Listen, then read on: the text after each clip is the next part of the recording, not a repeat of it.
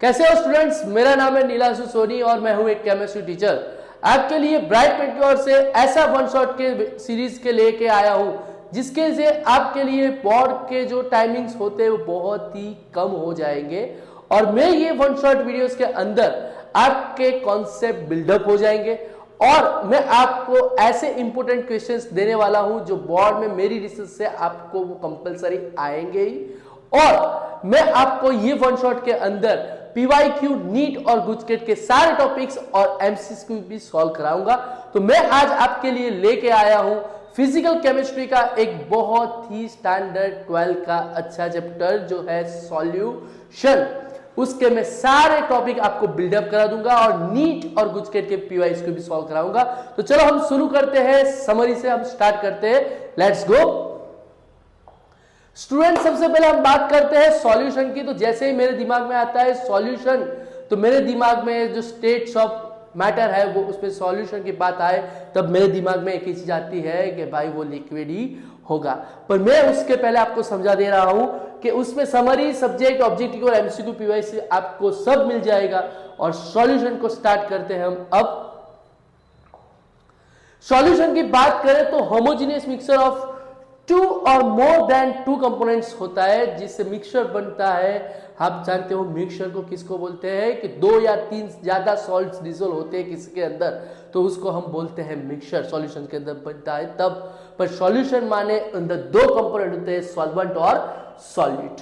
12 के अंदर आपको सॉल्यूशन चैप्टर के अंदर सिर्फ और सिर्फ बाइनरी ही सॉल्यूशन पढ़ना है, जिसका मतलब है एक ही सॉल्वेंट और एक ही सॉल्यूट, जिसका मतलब है एक ही सॉल्ट एक ही सॉल्वेंट में डिसॉल्व होगा।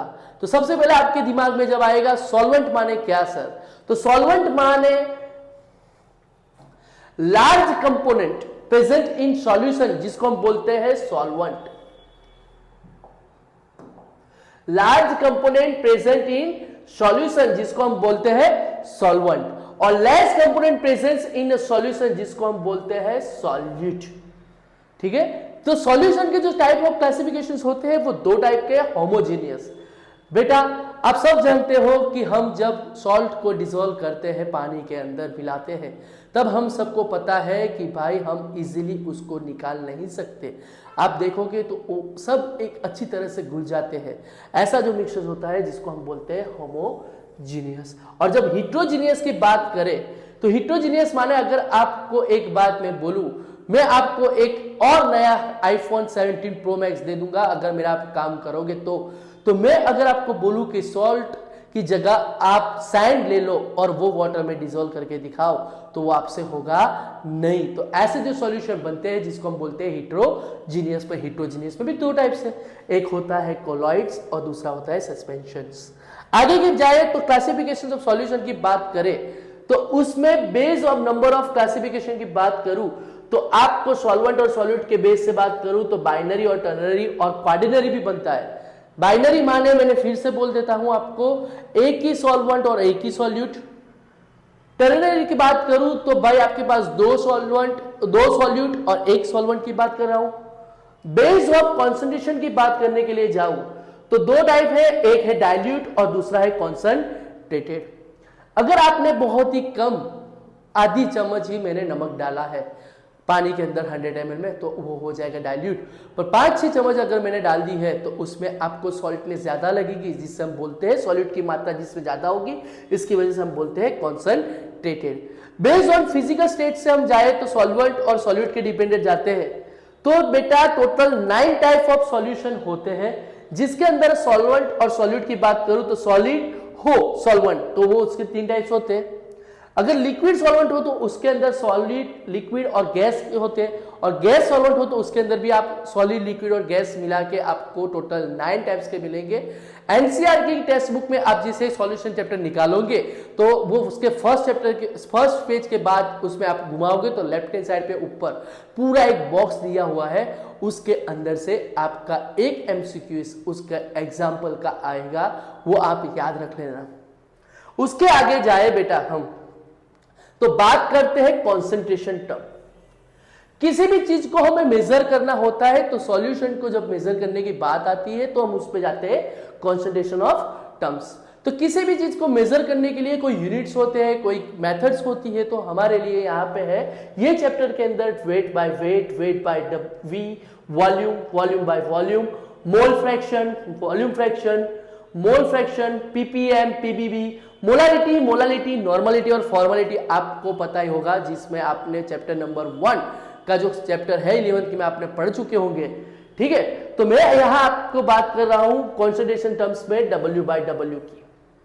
तो W बाय W क्या है? किसी एक कंपोनेंट को हमें जो फाइंड आउट करना होता है, उसके लिए जब परसेंटेज की बात आती है तो परसेंटेज ऑलवेज बेटा होता है 100 ही। प्रॉफिट 100, 200, 300 होता है, पर परसेंटेज की बात होती है तो परसेंटेज ऑलवेज होता है 100 ही। तो weight of solute divide by weight of solution करो, मल्टीप्लाइड 100 कर देते हो तो आपके कंपोजिशन में मिल जाता है W बाय W। आगे बात करें तो मास बाय वॉल्यूम परसेंटेज, तो वॉल्यूम की बात आती है तो जब हम फाइंड करते हैं तो सॉल्यूशन में जो सॉल्यूट होता है, वेट ऑफ सॉल्यूट वो आपको ऊपर लेना है और नीचे की और आपको डिवाइड बाय में लेना है वेट ऑफ सॉल्यूशन मल्टीप्लाइड 100। जब वॉल्यूम की बात आती है तो वो टेम्परेचर से डिपेंडेंट होता है, ये बात आपके दिमाग में याद रखना। मैं 2-3 बार वीडियो में बोलूंगा तो आपको पता चल जाएगा कि जहां पे भी वॉल्यूम आता है तो वो चीज वही चीज टेम्परेचर पे डिपेंडेंट होती है। वॉल्यूम टेम्परेचर पे डिपेंडेंट होता है। वॉल्यूम बाय वॉल्यूम की बात करूं तो दोनों कंपोनेंट को अगर फाइंड करना हो तो ऊपर होता है सॉल्यूट, नीचे होता है सॉल्वेंट, बाद में आता है fraction of terms. Fraction of terms की बात करूं बेटा तो वैल्यूज लाइक बिटवीन बी और ऑलवेज 0 to 1 होता है। फिर से बोल देता हूं आपके लिए, values lies between always 0 to 1। Fraction में याद रखना, ये बहुत ही कंपोनेंट जरूरी है, उसकी वैल्यू आती है 0 to 1। सबसे पहले है उसमें मास फ्रैक्शन। तो what is a mass fraction? That is the ratio of mass of one component to the total mass of solution. जिसको फाइंड आउट करना होता है तो मैं सॉल्यूट के लिए लूं तो बेटा याद रख लेना, मैंने यहां पे सॉल्यूट को लिया है B लिया है, या मैं 2 ले सकता हूं, और जो सॉल्वेंट है उसके A या 1 में ले सकता हूं। आपके बुक में 1 और 2 दिया हुआ है, बहुत सारी पुराने एनसीईआरटी में A और B से भी आपको डिफाइन किया हुआ है। मैं यहां पे आपको क्लियर कर देता हूं, सॉल्यूट B लिया हुआ है मैंने। W माने है आपका वेट, तो जब मास फ्रैक्शन को फाइंड आउट करना होता है तो weight of solute divide by weight of total. Total माने सॉल्यूशन का ही वेट लेना है आपको। वैसे ही आप मास ऑफ फ्रैक्शन सॉल्वेंट का ले लीजिए, तो मास ऑफ फ्रैक्शन जब सॉल्यूशन का लेते सॉल्वेंट का लेते हो तब wait of solvent divide by weight of total solution. जब आप दोनों को डिवाइड बाय में लेते हो तो आपका वॉल्यूम आता है W solute bye W solvent. जब आप याद रखना, जब आप इन दोनों का B प्लस WFA, WFA माने weight of fractions B solute, weight of fractions जो है वो मास फ्रैक्शन का जो बात कर रहा हूं वो A माने सॉल्वेंट, वो ऑलवेज होगा 1। क्या होगा बेटा? ऑलवेज होगा 1। ऐसे ही मास फ्रैक्शन आपके लिए लेके आ रहा हूं वॉल्यूम के लिए। वॉल्यूम फ्रैक्शन की बात करूं तो मैंने सबसे पहले आता है वॉल्यूम, याद रखना, फिर से आया वॉल्यूम। वेट था तो यहां पे याद रखना वो वेट लिखा था, यहां पे मैंने लिख दिया है वॉल्यूम।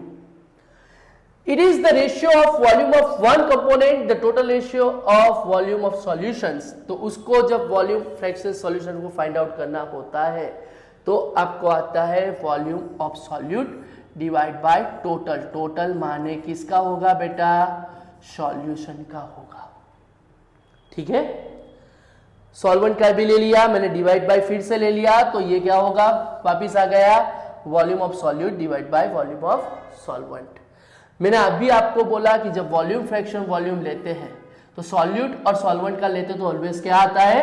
1। मैंने यहां आपको दिखा दे रहा हूं कि V सॉल्यूट V टोटल आ गया, V सॉल्वेंट V टोटल आ गया।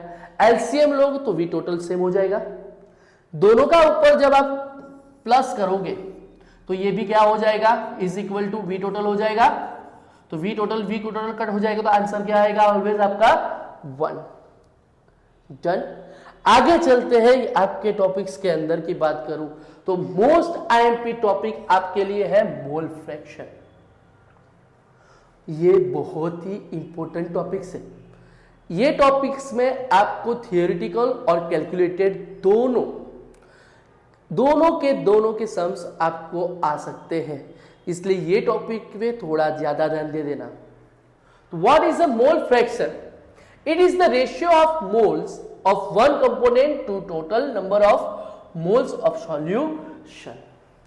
मोल फ्रैक्शन को हम कोई भी एक चीज लेते हैं तो उसका कोई सिंबल देते हैं, तो मोल फ्रैक्शन का सिंबल x जैसा दिया है जिसको बोलते हैं हम काई। क्या बोलते हैं बेटा? काई। तो मैं यहां फिर से बोल रहा हूं, आपके स्टैंडर्ड 12 के अंदर जो सॉल्यूशन है उसके अंदर पूरे चैप्टर में आपको सिर्फ बाइनरी सॉल्यूशन ही आपको पढ़ना है। तो बेटा मोल फ्रैक्शन ऑफ सॉल्वेंट ले रहा हूं तो मैंने उसके लिए आपको इंडिकेट किया है x1 काई 1। क्या लिया है मैंने? काई 1। काई 1 को आपको फाइंड आउट करना हो तो n1 upon n1 plus n2, ये टोटल तो हो गया। n माने क्या है? तो n माने है मोल। मोल को जानते हो आप, डिस्क्राइब करना हो तो वेट बाय मॉलिक्यूलर मास होता है। वैसे ही आपका है मोल फ्रैक्शन ऑफ सॉल्यूट, तो इसको बोलते हैं काई 2, तो उसका होता है n2 नंबर ऑफ मोल। किसका? सिर्फ और सिर्फ सॉल्यूट का divide by total number of mole solution. इसके लिए मैंने लिया है n1 प्लस n2। जब भी आप दोनों का काई 1 और काई 2 करोगे तो ऑलवेज सम में याद रखना उसका आंसर आएगा 1। कैसे आया? तो n1 upon n1 plus n2 plus n2 divide by n1 plus n2। LCM same है, मैंने लिख लिया वापिस n1 plus n2 divide by n1 plus n2 is equal to क्या हो जाएगा? 1। फिर से बोल रहा हूं, कहीं पे भी जाओ तो काई 1 और काई 2 लोगे तो भी आंसर 1 होगा। टर्सरी होगा तो उसके लिए होगा, अगर टर्सरी सॉल्यूशन हुआ तो वैसे ही होगा x3, तो x3 में आएगा n3 divide by n1 plus n2 plus n3। ये याद रखना बेटा, टोटल नंबर ऑफ सॉल्यूशन आना ही चाहिए, नंबर ऑफ मोल्स। ओके, आगे चलते हैं हम। उसके बाद आता है बहुत ही कॉन्सेंट्रेशन टर्म में एक बहुत ही इंपॉर्टेंट है ppm और ppb, पार्ट्स पर मिलियन और पार्ट्स पर बिलियन। तो सबसे पहले हम जान लेते हैं मिलियन माने क्या। तो मिलियन माने है 10⁶ और बिलियन माने है 10⁹। तो सर इसकी क्या जरूरत है? इसकी क्या जरूरत है सर? ये क्यों कॉन्सेंट्रेशन में चाहिए हमें? तो बेटा बहुत सारी जगहों पे अगर हमें the concentration of pollution in water and atmosphere, बहुत ही कम मात्रा में अगर पॉल्यूशन हो तो उसको भी हमें कैलकुलेशन करना हो तो हम ppm और ppb जैसे कॉन्सेंट्रेशन टर्म से हम उसको फाइंड आउट करते हैं। तो आपके लिए मैं लेके आया हूं ppm, जिसको बोलते हैं it's represents number of it is represents the number parts of solution presence in a 1 million। ppm माने बाय मास की बात कर रहा हूं, मास आया, मास का मतलब होता है वेट, वॉल्यूम का मतलब होता है लिक्विड माने ml और लीटर की बात कर रहा हूं। दिमाग में फिट कर लेना, उसमें मास वेट आएगा, केजी ग्राम वो आप जिसमें भी ले सकते हो आप। और वॉल्यूम की बात करूं तो आप लिक्विड को बात कर सकते हैं तो उसको ml और लीटर में भी ले सकते हैं। तो weight of solute divide by total हो जाएगा सॉल्यूशन का और मल्टीप्लाइड हो जाएगा 10⁶। बाय वॉल्यूम की बात कर रहा हूं तो V और V टोटल हो जाएगा। मास बाय वॉल्यूम की बात कर रहा हूं तो ऊपर आ जाएगा सॉल्यूट, वो वेट में हो जाएगा, और सॉल्यूशन का जो टोटल वेट होगा वो किस में हो जाएगा? वॉल्यूम में हो जाएगा। तो यहां पे ये चीज बहुत ही इंपॉर्टेंट है कि आपको कौन सी चीज पूछी है क्वेश्चंस के अंदर। फिर से बोल रहा हूं, ppm बाय वॉल्यूम पूछा गया हो तो आपको याद रखना है v बाय v हो जाएगा। मास बाय मास पूछा गया हो तो w बाय w हो जाएगा, और आपको पूछा गया हो मास बाय वॉल्यूम तो हो जाएगा w बाय v। नया बुक में नहीं है, पर पीबीबी माने 1 बिलियन, बिलियन माने 10⁹ जैसे यहां पे आपने दिखा था कि सॉल्यूट प्रेजेंट इन 10⁶ माने 1 बिलियन के अंदर जितने पार्टिकल्स है उतने ही पार्टिकल्स आपको 10⁹ जो 1 बिलियन में लेने हैं उसको फाइंड आउट करने के लिए चलता हूं। तो फिर से आपको बोल रहा हूं पीपीबी बाय मास की बात करूं तो बाय मास आए तो याद रखना weight of solute divide by weight of total solution multiply 10⁹ by mass है इसलिए मैंने W/W लिया है। फाइंड आउट करना है, सॉल्यूट को ऑलवेज ऊपर रखना है, सॉल्यूशन को नीचे रखना है। वॉल्यूम बाय वॉल्यूम की बात करूं तो सॉलिड को फिर से ऊपर लेना है, सॉल्यूशन को कहां लेना है, नीचे की ओर। आपको वो डिफाइन करना है कि कैलकुलेशन के टाइम पे आपको याद रखना है कि आपको कौन सी चीज दी है, बाय वॉल्यूम दिया है, बाय मास दिया है या मास बाय वॉल्यूम। तो वो इजीली आपको पता चल जाएगा कि भाई आपको कौन सा इक्वेशन अप्लाई करना है। W/W होगा तो आपको पता चल जाएगा, दोनों का वेट में दिया होगा केजी में तो आपको पता चल जाएगा कि भाई ये पीबीएम दिया हुआ है तो वो W/W दिया हुआ है। किसी एक को ग्राम में और लीटर में दिया हुआ तो आपको पता चल जाएगा कि भाई वो कौन सा है, मास बाय वॉल्यूम है। तो इसीलिए मैं आपको बोल रहा हूं कि ये चीज आप याद रखना और यहां ऊपर ऑलवेज सॉल्यूट, नीचे सॉल्यूशन का टोटल वेट और मल्टीप्लाई 10⁻² क्या होगा 9 की बात करते हैं। डन। उसके बाद आगे चलते हैं बेटा,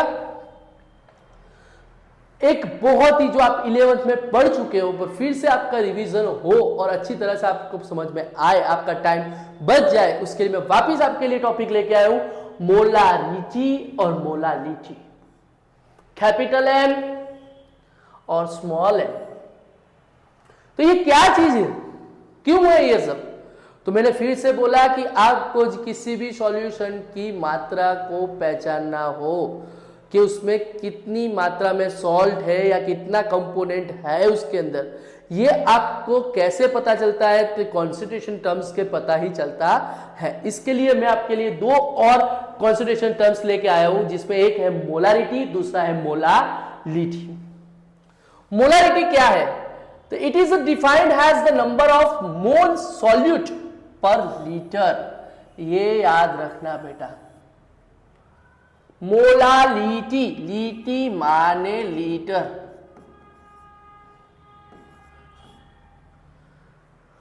मोलारिटी, रीटी माने लीटर, ठीक है।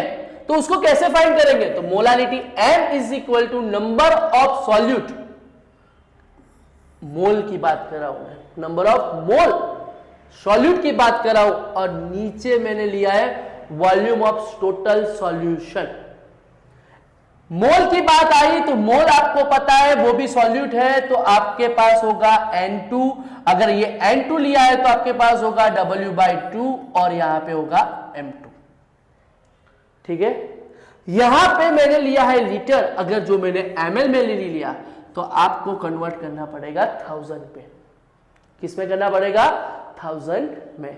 तो आपके पास अगर एक और एमसीक्यूज में अगर कैलकुलेशन के अंदर आपको पता चल जाए कि कौन कौन से आपको डिजिट दिए हैं, तो आप इजीली कैलकुलेशन करके सम्स खत्म कर सकते हो।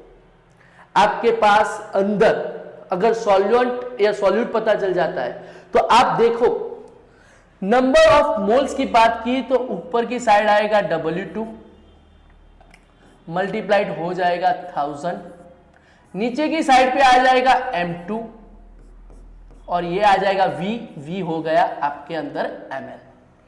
तो आपको पता चल जाएगा कि भाई कौन सी वैल्यू आपको फाइंड आउट करनी है और कौन सी वैल्यू आपको दी है। अगर ये आपके दिमाग में क्लिक हो गया तो आप सम्स यूं चुटकियों में करते होंगे। अब बेटा मैं बात कर रहा हूं कि number of moles of solute की बात की, तो मैंने ये फिर से एक बार, अगर मुझे ये फाइंड आउट करना हो तो मैंने एक दूसरा भी एक इक्वेशन मिलता है, मुझे वॉल्यूम फाइंड करना हो तो molality multiplied total volume of solution. अगर मेरे पास, याद रखना बेटा, मेरे पास वॉल्यूम ही नहीं है, मुझे तो डेंसिटी दी हुई है, तो मैं फिर से दिक्कत में आ जाऊंगा। मेरे पास वॉल्यूम दिया है नहीं है, पर यहां तो सम्स के अंदर डेंसिटी दी है, तो बेटा आपको टॉपिक्स थोड़े बहुत रिवाइज करने की जरूरत नहीं है। मैं आपके लिए यहां फिर से एक चीज लेके आया हूं कि डेंसिटी अगर आपको दी हो तो आपको मिल जाएगा उसके अंदर से मास और वॉल्यूम, दोनों चीज। अगर डेंसिटी सम्स के अंदर दी है तो आपको पता है कि density is equal to always क्या होता है, मास अपॉन वॉल्यूम। तो आपको वॉल्यूम फाइंड करना हो तो V is equal to mass upon क्या हो जाएगा, डेंसिटी। आप ऐसे भी वॉल्यूम निकाल सकते हो सॉल्यूशन का, ठीक है। अगर ये लिक्विड की बात करें तो सॉल्यूशन इज डाइल्यूटेड हो तो आप उसको किस में यूज कर सकते हो, m1v1 is equal to m2v2। फिर से बात कर रहा हूं, किसकी बात आई, वॉल्यूम।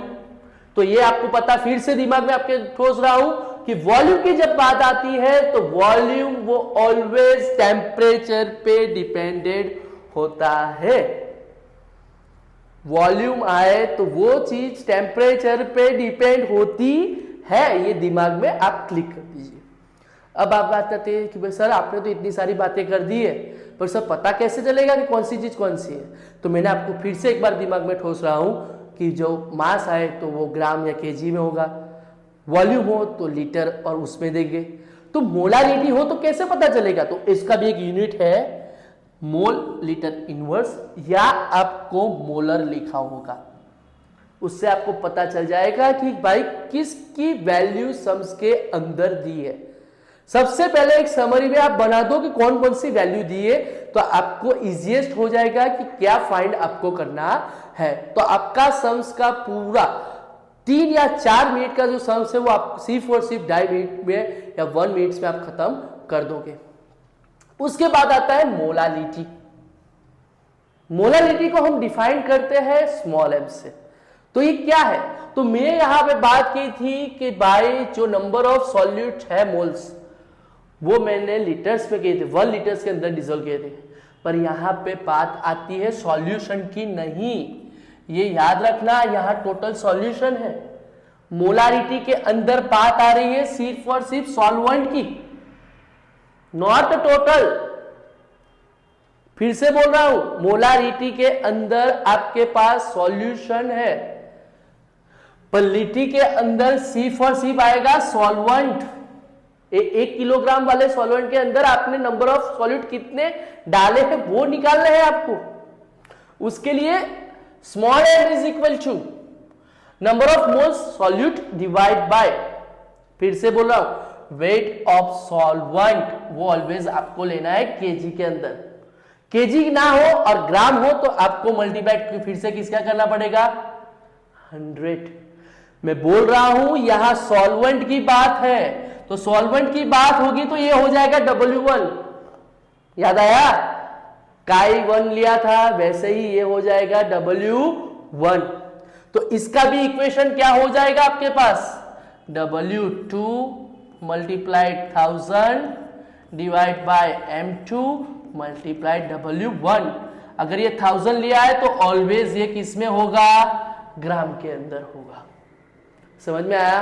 तो आप बेटा जब सम्स कर रहे हो तो इसकी समरी निकाल दीजिए कि आपके पास किस किस चीज की वैल्यूज दी हुई है, तो आपको पता चल जाएगा कि आपको क्या फाइंड करना है। इससे आपका टाइम बहुत ही बच जाएगा। और एक बात सुन लो, मोलालिटी के अंदर आपने देखा कहीं पे भी V आया नहीं, तो वो चीज क्या होगी, टेम्परेचर से इंडिपेंडेंट हो जाएगा।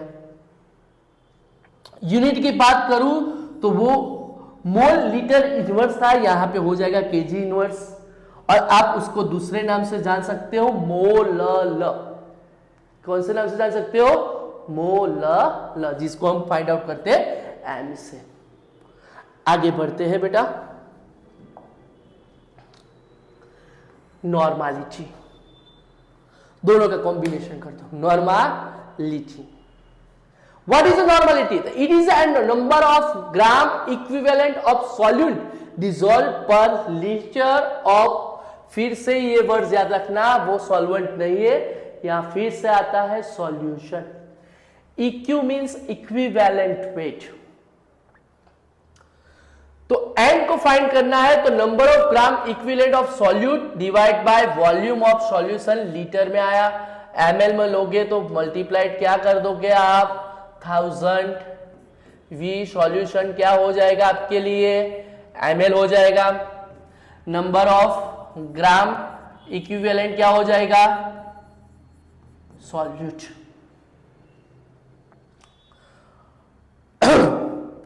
जब नंबर ऑफ इक्विवेलेंट को फाइंड करना है तो W ऑफ सब्सटेंस की बात करो तो वो ग्राम में आ गया, तो ये फिर से इक्विवेलेंट जो वेट आता है तो n को फाइंड करने के लिए EW जो इक्विवेलेंट वेट है तो weight upon EW multiplied 1 upon L, ये ml में लूंगा तो 1000 कहां चला जाएगा फिर से ऊपर की ओर चला जाएगा। वेट फाइंड करना है तो आपकी normality equivalent weight volume of solution multiplied 1000। Diluted solution हो तो उसके लिए फिर से आएगा भी पहले प्रैक्टिकल के लिए आता है V1N1 is equal to V2N2। Unit की बात करूं तो ग्राम ऑफ इक्विवेलेंट पर क्या हो जाएगा लीटर। नॉर्मलिटी को n फैक्टर में जब डिवाइड हम डिफाइन करने के लिए जाते हैं तो n फैक्टर तो आप जानते होंगे 11th में आपका बहुत सारे टॉपिक्स में आता है, तो वो कंपैरेटिवली किस में कन्वर्ट हो जाता है मोलारिटी। अब जो नॉर्मलिटी से मोलारिटी और मोलारिटी से नॉर्मलिटी आप फाइंड कर सकते हो, तो ट्विस्टेड क्वेश्चंस भी आ सकते हैं, पर ये चीज आपके पास हो तो आप उसे भी सॉल्व कर सकते हो। ये टॉपिक्स आपको काम लगेंगे गुजकेट, नीट और जेडबलई कि जब नॉर्मलिटी को मोलारिटी में कन्वर्ट करो या मोलारिटी को नॉर्मलिटी में कन्वर्ट करो तो ये इक्वेशन आपके लिए बहुत ही जरूरी है कि normality is equal to number of factors और मोलारिटी मल्टीप्लिकेशंस में जब आता है तो n is equal to number of equivalent divide by volume of solution, किसमें लेना है अपने को लीटर में। इक्विवेलेंट की बात करूं तो number of moles multiplied n factor हो गया डिवाइड बाय वॉल्यूम हो गया, तो n अपॉन v जिसको हम बोलते हैं मोलारिटी, क्या बोलते हैं मोलारिटी। तो इसकी क्यों आया ये तो नंबर ऑफ मोल्स है डिवाइड बाय क्या है अपने पास v है, तो उसे हम फाइंड कर सकते हैं नॉर्मलिटी से मोलारिटी। यहां तो कोई दिक्कत हो तो आप कमेंट में बता सकते हो। हम बात करते हैं किसी चीज को किसी के अंदर घुलाने की, जिसको हम बोलते हैं सॉल्युबिलिटी। क्या बोलते हैं हम किसी चीज को, वो सॉल्युबिलिटी। अगर रूम टेम्परेचर पे आप किसी भी चीज को 1 चम्मच नमक डाल दो पानी के अंदर तो वो घुल जाएगा, 2 चम्मच डाल दो तो वो भी घुल जाएगा, 3 चम्मच डाल दो वो भी घुल जाएगा। तो वो जो घुलने की क्षमता है जिसको हम बोलते हैं सॉल्युबिलिटी, पर आपको लिखना है डेफिनेशन जिसका कंपलसरी 1 मार्क्स एग्जाम के अंदर होता है। तो solubility means maximum amount of solvent which can be dissolve in given amount of solvent at a given temperature. कि भाई आप कितना कंपोनेंट को डिसॉल्व करते हो वो आपके दिमाग में फिट हो जाए तो आपको पता चल जाएगा कि वो सॉल्यूशन की मात्रा कितनी है। सॉल्युबिलिटी की क्लासिफिकेशन करने के लिए जाऊं तो वो 3 चीजों में होता है। एक होता है अनसैचुरेटेड सॉल्यूशन, दूसरा होता है सैचुरेटेड सॉल्यूशन और तीसरा है मोस्ट इंपोर्टेंट है सुपर सैचुरेटेड सॉल्यूशन। तो बेटा हम सबसे पहले जाते हैं अनसैचुरेटेड सॉल्यूशन। तो more solute can be add in given solvent at a temperature given temperature. ज्यादा से ज्यादा मात्रा में आप कैसे डालते हो ये चीज याद रखना। आईपी क्या बोलते हैं हम उसको, 11th में आ चुका है। आईपी लेस देन केएसपी हो तो उसको डिसॉल्व करने की मात्रा क्या हो जाती है, ज्यादा। सैचुरेटेड की बात करूं, आपने रूम टेम्परेचर पे 5 चम्मच डाली, डिसॉल्व हो गई। 6वीं जब डालते हो तो वो उसमें थोड़ा बहुत नमक घुल जाता है, बाकी एज इट इज रहता है। 7th वाली जब आप ऐड करते हो तो वो डिसॉल्व नहीं हो रहा है, तो रूम टेम्परेचर पे जो मात्रा हुई उसकी वजह से जो सॉल्यूशन बना किसका? नमक और पानी का। नमक जो हुआ आपका हुआ सॉल्यूट और गिवन टेम्परेचर पे वो पानी है वो आपका हुआ सॉल्वेंट। ये जो बना सॉल्यूशन उसको बोलते हैं हम सैचुरेटेड सॉल्यूशन। अब नहीं घुल रहा है आपका नमक तो वो हो गया one type of equilibrium solution. हुआ कि नहीं कि भाई वो डिसॉल्व नहीं हो रहा है रूम टेम्परेचर पे। आग लगाओ नीचे से जलेगा थोड़ी बहुत तो वो डिसॉल्व हो जाएगा टेम्परेचर बढ़ाने से, पर रूम टेम्परेचर पे हुआ नहीं तो वो स्थिति उसकी क्या हो गई? इक्विलिब्रियम। तो उसको डिफाइन करने के लिए हम बोलते हैं IP is equal to KSP। तो याद रखना वो हो जाएगा इक्विलिब्रियम स्टेट तक। Super saturated solution, more solute can be added in given solvent at कौन से टेम्परेचर आया? हायर। टेम्परेचर हाई कर दो, मैंने बोला अभी रूम टेम्परेचर अभी अप टू 27-28 है, विंटर है तो आपके पास होगा 18-19, तो 3 या 4 ही चम्मच घुलेगी। पर टेम्परेचर ही हाई कर दो आप, उसका पानी को शुरू से रखो। जैसे टेम्परेचर हाई होगा तो वो सॉल्यूट का जो डिसोल्यूशन होगा क्या हो जाएगा? हाई हो जाएगा। तो ऐसे जो सॉल्यूशन बनता है जिसको हम बोलते हैं सुपर सैचुरेटेड सॉल्यूशन। सॉल्युबिलिटी की टर्म्स की बात करूं बेटा तो लिक्विड लिक्विड और गैस की बात करूं तो ऑलवेज मेजर आपको लिक्विड सॉल्यूशन हो तो वो किस पे लेना है? मोल पर लीटर। अगर गैसियस सॉल्यूशन सॉल्युबिलिटी में तो ऑलवेज मेजर करना है आपको मोल फ्रैक्शन। ये याद रखना, सम्स के अंदर यह बातें ही आपको याद रखनी है कि आपको जब सॉल्यूशन दिया है तो लिक्विड लिक्विड वाला है, सॉलिड लिक्विड वाला है, गैस गैस वाला है, तो ये भी एक टॉपिक क्लियर हो जाएगा तो आपको पता चलेगा कि मोल पर लीटर या मोल फ्रैक्शन आपको कौन सा फाइंड करना है वो आपको पता चल जाएगा। अब हम बात करते हैं solubility of solid in liquid. Solid in liquid माने आपके पास सॉल्यूट क्या होगा? सॉलिड। सॉल्वेंट क्या होगा आपका? लिक्विड। सॉल्यूशन बनेगा वो एक्वियस होगा। सॉल्यूट आपके पास सॉलिड है, जैसे मैंने बोला पानी और नमक की बात की मैंने, तो सॉल्यूशन आपका हो गया लिक्विड वाला हो गया, सॉल्वेंट आपके पास लिक्विड हो जाएगा। तो फैक्टर्स की बात करूं तो सबसे पहले nature of solvent, like dissolve, like polar solution हो तो पोलर सॉल्वेंट और पोलर सॉल्यूटिव होना चाहिए। नॉन पोलर सॉल्यूशन हो तो भाई दोनों के दोनों कैसे होने चाहिए? नॉन पोलर सॉल्यूट और नॉन पोलर सॉल्वेंट। इसलिए यहां पे मैंने बोला है like dissolve like. Nature of solute की बात करते हैं तो आपके पास दो टाइप के होते हैं, आयनिक और दूसरे होते हैं कोवलेंट। आयनिक होते हैं जैसे कि मैं बात कर रहा हूं NaCl, नमक की बात चल रही है तो नमक की बात कर लेते, तो ये हो गया आपका प्लस और ये हो गया आपका माइनस, तो ये आपका होगा पोलर नेचर। कोवलेंट हो तो दो टाइप्स के होते हैं, पोलर भी हो सकते हैं उसके अंदर और नॉन पोलर भी हो सकते हैं। तो नेचर की बात करें हम, वो किसकी बात कर रहा हूं मैं? नेचर ऑफ सॉलिड की। सॉलिड इन लिक्विड की जो तीसरी आपके पास है वो डिपेंडेंट है वो टेम्परेचर पे। मैंने अभी बात की आपको, आप टेम्परेचर बढ़ाओ तो डिसॉल्व हो जाएगा, रूम टेम्परेचर पे नहीं हो रहा है।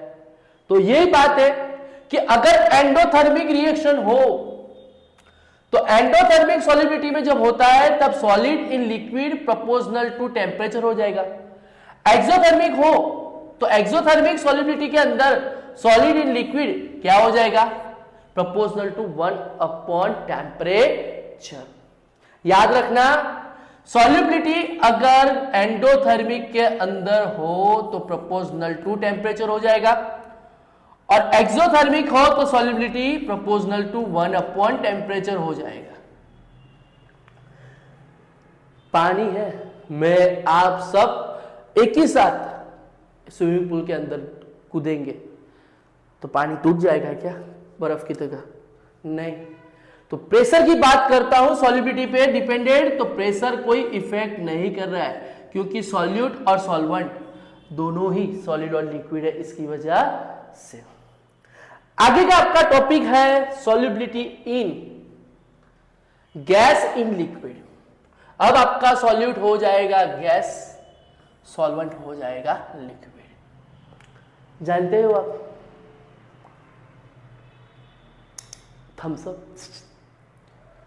Carbon dioxide, liquid. तो गैस इन लिक्विड की बात करूं तो उसके जो फैक्टर्स है, तो वही फैक्टर्स की बात करते हैं। यहां पे सबसे पहले मैं ले रहा हूं टेम्परेचर की बात। किसकी बात कर रहा हूं? टेम्परेचर। मुझे बहुत ही प्यास लगी है और अगर मैं कोई भी मॉल के अंदर गया तो एक कैरेट बाहर पड़ा हुआ है और एक कैरेट पड़ा हुआ है अंदर फ्रिज के अंदर, एक बोतल पड़ी हुई है और एक बाहर। आपने दोनों एक साथ ले ली और दोनों एक साथ पीने की कोशिश करोगे तो बाहर वाली होगी, उसमें आपको थोड़ा कॉन्सेंट्रेशन जो गैस का होगा वो कम लगेगा। पर अगर वो आपने फ्रीज वाली पी, ठंडी वाली बोतल, तो आपको थोड़ी सी स्ट्रांग लगेगी। तो जब बात आती है सॉल्युबिलिटी गैस इन लिक्विड की, तो ये आपके दिमाग में एक एग्जांपल याद रखना कि आप जब जाते हो तो ठंडा वाला पीना पीते हो तो वो स्ट्रांग लगता है, और वही जो नॉर्मल वाटर में पीते हो तो वो आपको स्ट्रांग लगता नहीं है। तो उस टेम्परेचर की बात करता हूं तो ऑलवेज एक्सोथर्मिक रिएक्शन जब होती है तब solubility of gas in liquid proportional to temperature हो जाता है। गैस की बात करता हूं, इंटरमॉलिक्यूलर फोर्स की बात, तो जैसे ही मैं इंटरमॉलिक्यूलर फोर्स इंक्रीजिंग होगा तो उसका लिक्विफिकेशन मींस गैस जो लिक्विड होगा वो भी क्या हो जाएगा? बढ़ जाएगा। ये जो साइन है वो बढ़ने वाली है। सॉल्युबिलिटी क्या होगी? इंक्रीजिंग होगी। प्रेशर की बात करूं तो solubility of gas in liquid proportional to pressure, तो पुराने वाली में ये बात बोल दी थी डाल्टन भाई ने, पर आज आप सब पढ़ते हो जब सॉल्युबिलिटी गैस इन लिक्विड की बात आती है तो सबसे पहला एक बार याद आता है 12th के अंदर हेनरी भाई। जब सॉल्युबिलिटी की बात आती है तो फिर से बोल रहा हूं, पुराने वाली बात में आती थी, डाल्टन भाई ने बोल दी थी कि सॉल्युबिलिटी प्रोपोर्शनल टू प्रेशर, ये बात बोल दी थी डाल्टन भाई ने। पर आपके अंदर बुक के अंदर जो सॉल्युबिलिटी की बात है वो in terms of mole fractions में जब चल जाती है तो P प्रोपोर्शनल टू काई हो जाता है। जब काई आता है मोल फ्रैक्शंस, तब ये बात बोली थी हेनरी भाई ने। तो आप पढ़ते हो हेनरी को। हेनरी भाई की बात आती है तो सॉल्युबिलिटी की मैंने जैसे बात की वो पहले वाली, हेनरी भाई की जो बात आती है उसके अंदर है P प्रोपोर्शनल टू X। ये प्रोपोर्शनल टू काई को निकालने के लिए जो होता है तो P is equal to KH chi होता है।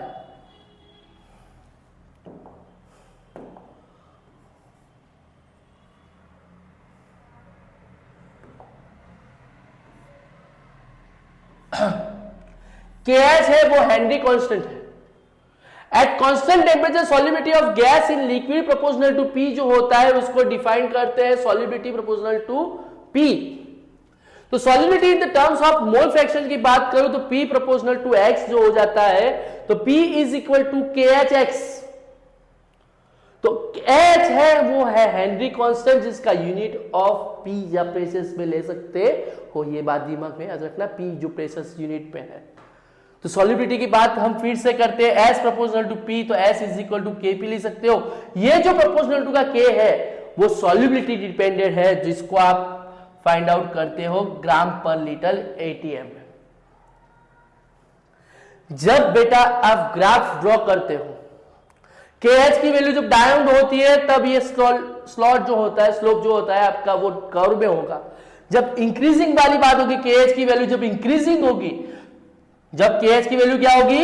इंक्रीज होगी, तब सॉल्युबिलिटी आपकी क्या होती है? डिक्रीज होती है। याद रखना, KH की वैल्यू जब इंक्रीज होती है तब आपकी सॉल्युबिलिटी ऑलवेज क्या होती है? डिक्रीज होती है। तो solubility of gas in liquid proportional to TC total proportional to 1 upon temperature proportional to 1 upon KH। तो ये फॉर्मूला अगर आप याद कर लोगे तो बहुत सारे सम्स आपको इजीली क्लियर हो जाएंगे। एप्लीकेशंस की बात करूं मैं उसकी कि भाई लिमिटेशन क्या थी ये बंदे में, तो हेनरीज लॉ की जो पहली बात थी कि pressure is not too high, temperature is not too low, तो gas do not react with liquid. Gas do not react with liquid और गैस शुड नॉट डिसएसोसिएट और एसोसिएट विथ लिक्विड। वाने जुदा नहीं हो जाता और इकट्ठा भी होता नहीं है लिक्विड के साथ। तो जब उसके एप्लीकेशन की बात आती है, एप्लीकेशंस बोर्ड के अंदर आपके कितने मार्क्स में आती है? 3 मार्क्स में। हेनरीज लॉ और वो एप्लीकेशंस के बहुत सारे आपको इंपोर्टेंट्स याद रखने हैं यहाँ पे कि हेनरीज लॉ का फर्स्ट है तो लोअर ऑफ ऑक्सीजन जो होते हैं वो हायर एल्टीट्यूड्स में आपको एनोक्स से जो होती है, जब स्कूबा डाइवर्स पानी के अंदर चले जाते थे पहले वो नाइट्रोजन ऑक्सीजन वाले गैस के वो लेके जब जाते थे तब इजीली ऊपर आते थे, तब वो उसको बैंड्स बनते थे बॉडी के अंदर। वेन के अंदर क्या बनते थे? बैंड्स, जिससे उसको उसमें बहुत दर्दनाक मौत मिलती थी। तो वो ना हो उसके लिए उन लोगों ने bends coming towards surface bubbles in and to in blood capillaries of scuba divers, जिसको मैंने बोला बैंड्स, जिसके उनकी दर्दनाक मौत होती थी, ये ना हो उसकी वजह से N2 और O2 की वजह वो चेंज करके उन लोगों ने स्कूबा किट के अंदर हीलियम को 11.7% वाला, ऑक्सीजन को 32.1% मिक्सचर और N2 को 56.2। ये जो मात्रा है वो बोर्ड के MCQs पे बहुत सारी बार आ चुकी है और एप्लीकेशन हो उसमें भी आपको इसको इंडिकेट करोगे तो मार्क्स इजीली आप प्राप्त कर सकते हो। अब बात करता हूं गैस और सॉलिड की बात हो गई, तो अब सॉलिबिलिटी ऑफ लिक्विड की बात कर रहा हूं। लिक्विड की बात आती है तो आप फिर से एक बार दिमाग में फिट कर देना कि 2 चीज आती है, एक आती है वॉलेटाइल और दूसरी होती है नॉन वॉलेटाइल, जो आगे हम पढ़ने वाले हैं। एक सैंड और एक नमक, दोनों याद रख देना। सॉलिबिलिटी ऑफ लिक्विड सॉल्यूशन की बात करने जाता हूं तब आता है वेपर प्रेशर ऑफ लिक्विड की बात करूं तो pressure extended by liquid vapour pressure of equilibrium, जिसकी यूनिट की बात करूं तो सेम एज प्रेशर, वो आगे जो था वही। डिपेंड्स की बात करूं तो इंटरमोलिकुलर फेज और बॉइलिंग पॉइंट, और तीसरा है अपना टेम्परेचर। वो 3 बातें आपके लिए बहुत ही इंपॉर्टेंट है। तो आपका जो वेपर प्रेशर होगा वो ऑलवेज प्रोपोर्शनल टू टेम्परेचर हो जाएगा और वो टेम्परेचर के proportional to 1 upon boiling point जो हो जाएगा, जो मोस्ट इंपोर्टेंट जो इंटरमोलिकुलर फोर्स है उसके डिवाइड बाय में हो जाएगा। आप यहाँ पे बॉइलिंग पॉइंट और इंटरमोलिकुलर फोर्स कौन सा आपको दिया हुआ है वही यहाँ पे यूज करना। बॉइलिंग पॉइंट दिया है तो बॉइलिंग पॉइंट करना, इंटरमोलिकुलर फोर्स दिया हो तो इंटरमोलिकुलर फोर्स देना यहाँ पे। अब वेपर प्रेशर की बात आई तो अगर आपको मैं फिर से यहां बोल देता हूं P2 माने पिछले वाली दूसरी वाली पोजीशन और P1 माने पहले वाली। Vapour pressure does not depend on volume mass, और दूसरा कौन सा आया? Surface area. Vapour pressure does not depend on volume mass and तीसरी चीज कौन सी है? Surface area. तो आपको लेना है log P2 upon P1 delta H। आप जानते हो वेपराइजेशन, आयोनाइजेशन एंथैल्पी जिसको आप बोलते हो, divide by 2.3 R log 1 upon T1 minus 1 upon T2।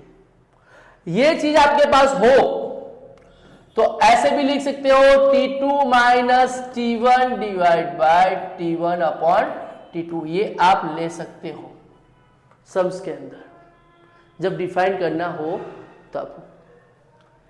Addition of solute in solvent from solution leads to decrease in vaporization of pure solvent. Pure बात आई, pure चीज मिलना आजकल बहुत ही आप कोई भी चीज खरीदने के लिए जाते हो तो सबसे पहले देखते हो मैन्युफैक्चरिंग डेट और बाद में मुझे भाई चीज लेना है तो अमूल का ही लूंगा, डिलीशियस लूंगा नहीं। तो वो चीज क्या है कि प्योर वर्ड्स पे आप फोकस करना।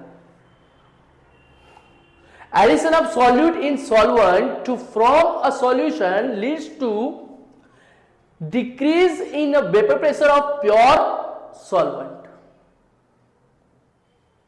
समझ में आया? नहीं आया? सॉल्वेंट है अपना सॉल्वेंट पानी, और पानी में कुछ मिलाया हुआ है तो पानी जो अकेला है वो हो गया आपका प्योर सॉल्वेंट, और पानी के अंदर सॉल्ट मिलाया हुआ है माने वो हो गया आपका सॉल्यूशन। अब समझ में आ गया?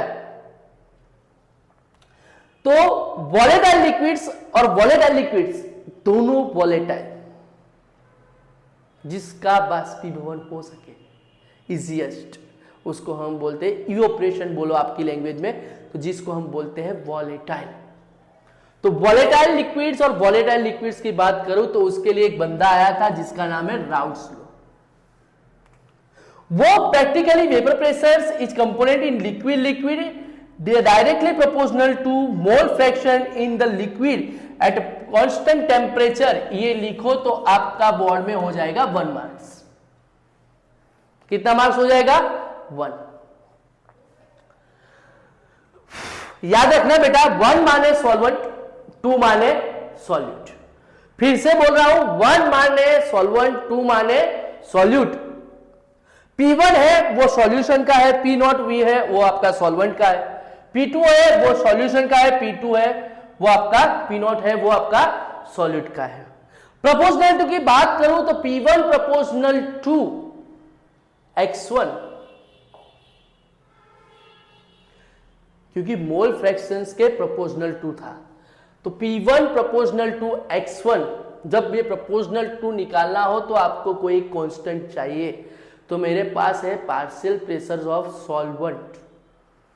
ये जो है वो फिर से बोल रहा हूं, partial pressure of solvent. P1 है वो सॉल्यूशन का है, P2 है वो सॉल्यूशन का है, P2 है वो पार्शियल प्रेशर ऑफ सॉल्यूट का है। आप ये सम्स के अंदर याद रखिए, P0 है वो आपका सॉल्वेंट और सॉल्यूट का है, वो याद रखिए।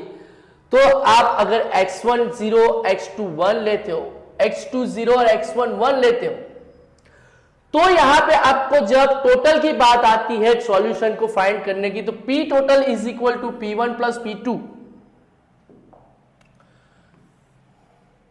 तो P1 की वैल्यू मेरे पास यहां पे है, क्या है? P0 नॉट X1, तो मैंने लिख दिया P0 नॉट Chi1 है, P0 नॉट Chi2। मुझे वहां आगे एक चीज पता है, Chi1 plus Chi2 is equal to 1। ठीक है, अगर मैं x1 की जगह पे x2 की वैल्यू लो तो x2 is equal to 1 upon x1 हो जाएगा मेरे पास। तो मेरा एक इक्वेशन हो जाएगा P0 x2 P0 2 P1 हो जाएगा।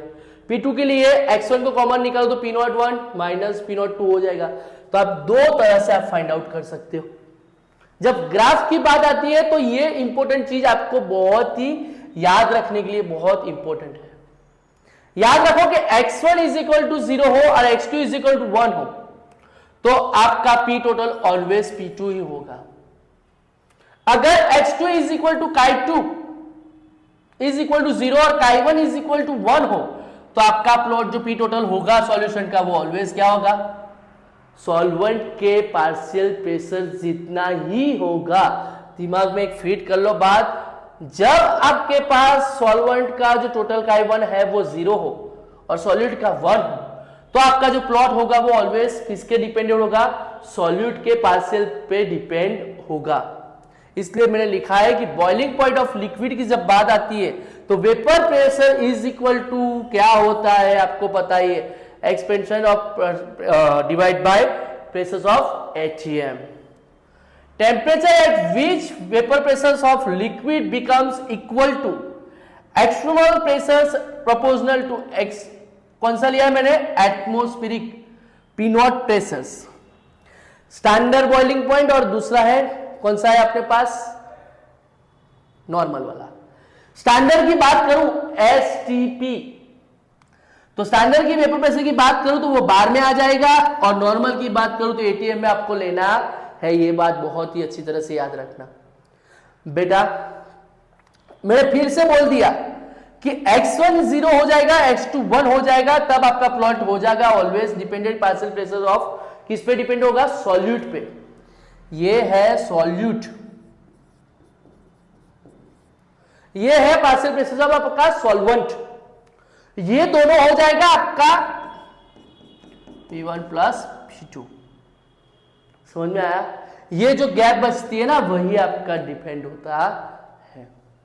आगे चलते हैं। नॉर्मल बॉइलिंग पॉइंट और स्टैंडर्ड जब लेस देन होता है उससे, तब क्या होता है, तो वेपर फेज में जब मोल फ्रैक्शंस की बात आती है, वॉलेटाइल तो ले लिया, पर वेपर की बात आई तब गैस भी हो सकता है, तब आपको लेना है y1 माने फिर से solution y1 solution y2, P not जो आएगा वो सॉल्वेंट के लिए हो जाएगा, पी नॉट हो जाएगा वो 2 हो जाएगा, वो किसके लिए हो जाएगा, सॉल्यूट के लिए। तो P1 upon P total, P1 की वैल्यू आपके पास दी हुई है, y2 में भी हो जाएगा यहां पे।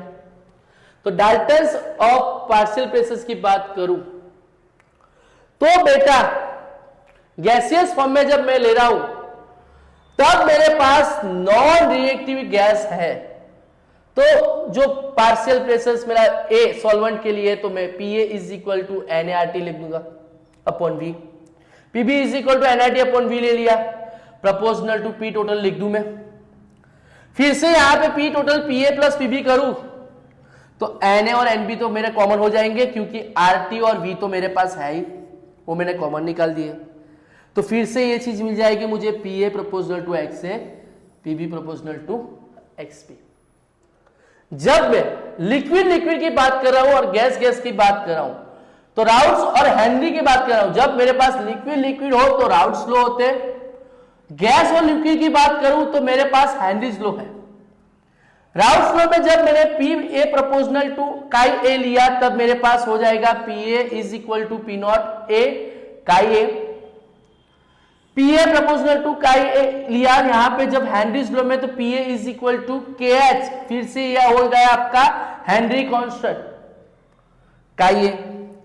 तो याद रखना बेटा, routes low always is a specialist of Henry's law when liquid is so volatile that is become has gas partial of A means solvent is equal to KH, क्योंकि दोनों के कांस्टेंट एक साथ आ जाते हैं तो हम लेते हैं PA is equal to KH।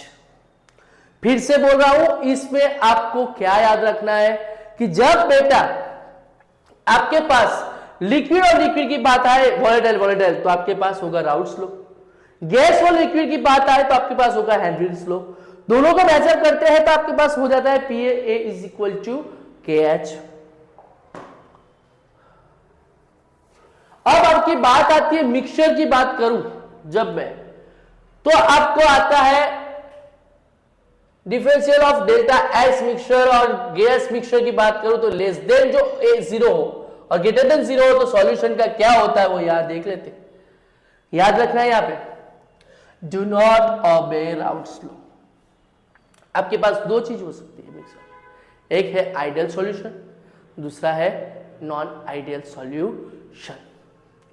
तो आपके पास आइडियल सॉल्यूशन माने क्या, सॉल्यूशन बोल रहा हूं मैं, फिर से आपके दिमाग में एक चीज डाल रहा हूं, 12th के अंदर सिर्फ और सिर्फ आपको बाइनरी सॉल्यूशन ही पढ़ना है। मीन्स आपके सॉल्यूशन के अंदर दो ही कंपोनेंट होंगे, एक होगा सॉल्यूट, दूसरा होगा सॉल्वेंट। ये आपके दिमाग में फिट कर रहा हूं। तो आइडियल सॉल्यूशन माने क्या कि वो पूरा सॉल्यूशन अगर राउट्स लो को अच्छी तरह से डिपेंड करता है, पूरा का पूरा ऑबे ऑफ राउट्स लो, तो वैसे सॉल्यूशन को हम क्या बोलते हैं, आइडियल सॉल्यूशन। अगर वो फॉलो नहीं कर रहा है तो हम उसको बोलेंगे नॉन आइडियल सॉल्यूशन। पर आपको लिखना है तो अबे राउट लो व्हाट एंटिटी, अब रेंज ऑफ कंपोजिशंस की बात करिए तो आप उसको बोलते हैं कौन सा सॉल्यूशन बोलते हैं। फिर से इसका 1 मार्क्स होता है बेटा, कितना मार्क्स होता है, 1। आपको ग्राफ वही ड्रॉ करना है जो आपने किसके अंदर ड्रॉ किया था, वॉलेटाइल के अंदर।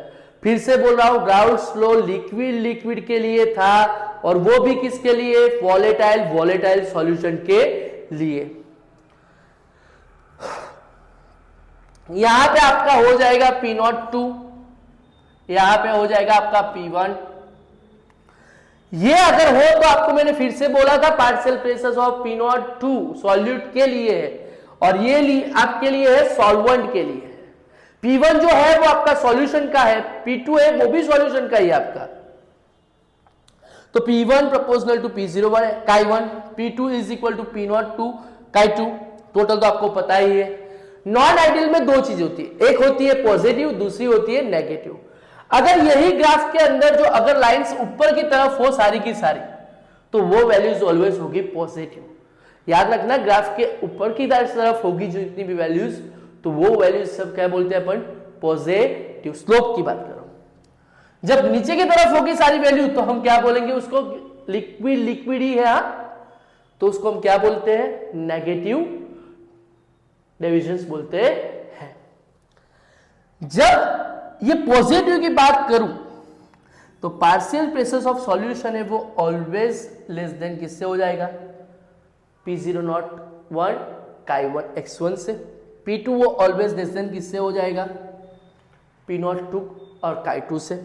तो P टोटल ऑलवेज कम हो जाएगा, यहां पे वो उल्टा हो जाएगा, ग्रेटर देन हो जाएगा।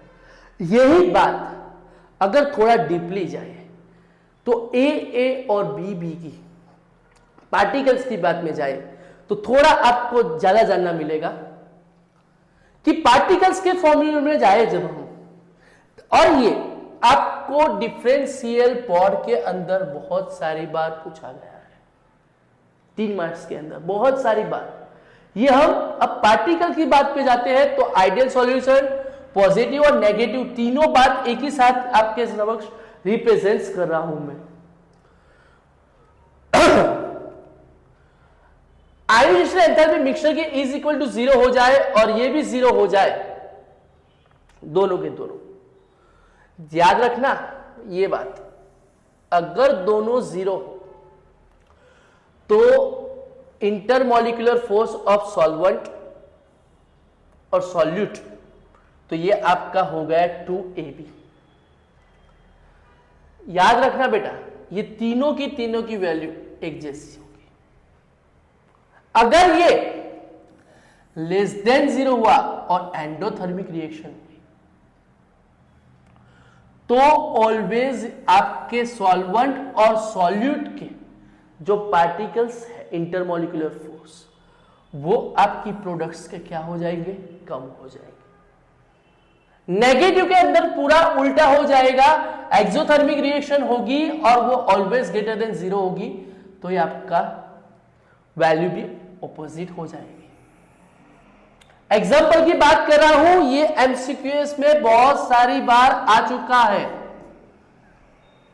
3 मार्क्स में आता है। आप दोनों के एक एक पॉइंट्स लिखो, पर टॉपिक्स आपका 0.5 मार्क्स है। एग्जाम्पल की बात करूं और एक बात और बोल देता हूं, पूरे अर्थ पे माइनॉरिटी सेकंड्स के लिए ही आइडियल सॉल्यूशन प्रिंसेस होता है। परफेक्टली आइडियल सॉल्यूशन आज तक मिला नहीं है। बुक के एनसीईआरटी के अंदर लाइन में लास्ट लिखा हुआ है, benzene plus toluene, bromobenzene, chlorobenzene. मैं तो यही बोल रहा हूं कि एन हेक्सेन याद रखना और हेप्टेन याद कर दो, दोनों याद रखोगे तो इजीली हो जाएगा। पॉजिटिव डेरिवेशन की बात करें तो ग्राफ का मैंने बोला था पॉजिटिव वाला आगे ही है आपके पास, यहां पे दिया हुआ है, यहां पे ड्रॉ कर सकते हो। अगर ग्राफ ड्रॉ किया तो भी आपको एक मार्क्स मिल जाएगा दोनों का। ग्राफ को भी आप यहां पे ऐड कर सकते हो। पॉजिटिव डेरिवेशन की बात करो तो पानी और अल्कोहल की बात कर रहा हूं, कार्बन डाइसल्फाइड और आपके पास एसीटोन की बात कर रहा हूं, CTC कार्बन टेट्राक्लोराइड और टोल्यूइन की बात कर सकता हूं। याद रखना, जो इजीएस्ट आपको याद रहे वही आपको एग्जांपल बोर्ड के अंदर आपके क्वेश्चंस में लिखना है। मैं तो आपको बोलूंगा ये इसमें जब आइडियल वाला हो तो बेंजीन और टोल्यूइन याद रख दीजिएगा, दूसरा आप ब्रोमोबेंजीन और क्लोरोबेंजीन याद कर दीजिए, इसके अंदर पानी और अल्कोहल कर दीजिए, और दूसरा आपके पास कर दीजिए पोलर मॉलिक्यूल्स और नॉन पोलर मॉलिक्यूल्स कर दीजिए। नेगेटिव डिवीजन के अंदर पानी और एसिड कर दीजिए, एसिड और बेस कर दीजिए। उससे ज्यादा कुछ लिखने की आपको जरूरत है नहीं, आपको सिंपली मार्क्स कवर कर सकते हो। स्मार्ट वर्क कीजिए, हार्ड वर्क करने की जरूरत है नहीं। टॉपिक्स को कैसे डिस्क्राइब करना है वो बहुत ज्यादा इंपॉर्टेंट है। उसके बाद आपका एक बहुत ही जबरदस्त टॉपिक्स है जिसका नाम है एजियोटॉप्स। क्या है ये? तो जब आपके पास कांस्टेंट बॉइलिंग पॉइंट और मिक्सर्स हो तो solution in which compositions on in liquid phase is equal to composition in gas phase. उसके बाद याद रखना can not be separated by distillation. Fit कर दो, can not be separated by distillation. और उसमें भी एजियोटॉप्स में दो टाइप है, मैक्सिमम बॉइलिंग पॉइंट वाला और मिनिमम बॉइलिंग पॉइंट वाला। मैक्सिमम बॉइलिंग पॉइंट वाले की बात करूं, जब मैं बात करूं तो solution having negative deviation terms of कौन सा लिया मैंने? Routes law. याद रख लेना, मैक्सिमम बॉइलिंग पॉइंट हो तो राउट्स लॉ का कौन सा आएगा? नेगेटिव डेविएशन टर्म्स आएगा। और जब आप मिनिमम लोगे तो उसका ऑपोजिट कौन सा हो जाएगा? पॉजिटिव।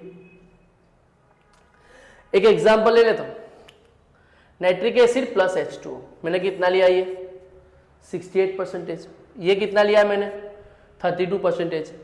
तो मैक्सिमम बॉइलिंग पॉइंट ऑफ एजियोटॉप्स की बात करूं तो टोटल कितना होगा? 125 हो जाएगा उसका सेल्सियस में, आप फाइंड आउट करोगे तो कंजुगेशन ऑफ प्रॉपर्टीज की बात करूं तो ये चीज किसके डिपेंडेंट है? तो बोलता है साइज पे, इंटरमॉलिक्यूलर फोर्स, रिएक्टिविटी और उसके नेचर पे है।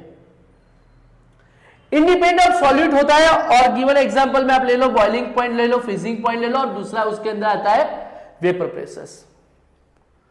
बॉइलिंग पॉइंट, फ्रीजिंग पॉइंट और वेपर प्रेशर्स का जो बना है वो किससे आया है? एजियोटॉप से।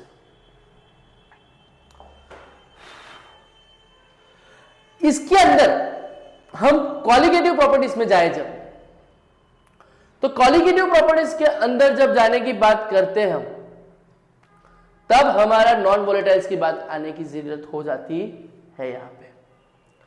तो जो क्वालिटेटिव प्रॉपर्टीज है वो depends only number of solute particles पे। ये चीज याद रखना, क्वालिटेटिव की बात आती है तो सॉल्यूशन के अंदर पार्टिकल सिर्फ किसके डिपेंडेंट हो जाते हैं? सॉल्यूट्स के हो जाते हैं। उसमें दोनों होते थे, सॉल्यूट और सॉल्वेंट। जब क्वालिटेटिव की बात आई तो सिर्फ और सिर्फ प्रेजेंस किसके हो गया? सॉल्यूट। कि आपका प्रेशर प्रेशर हो तो किसी एक पे ही डिपेंडेंट होगा, पर यहां पे क्या नाम लिखा है? सॉल्यूट पे। उसकी रिलेटिव प्रॉपर्टीज की बात करें तो आपको याद रखना हो तो relative lowering of vapour pressure, जिसको स्मॉल लेट में बोलते हैं RLVP।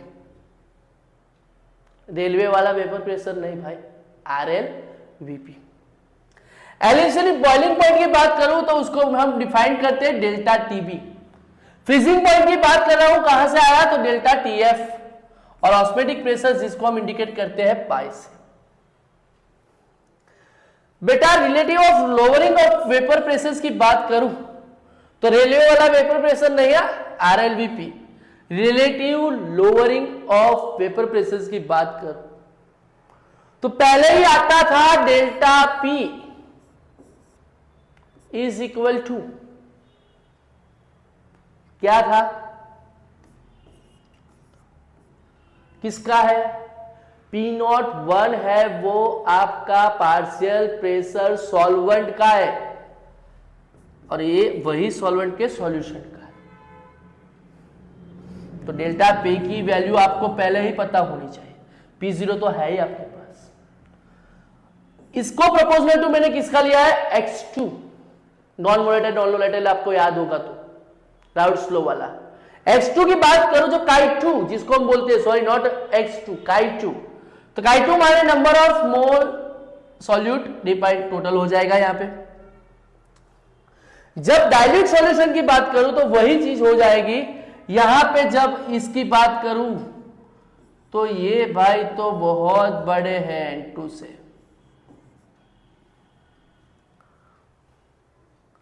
इसीलिए मैंने यहां ये दोनों की वजह से सिर्फ किसका लिखा मैंने? N1।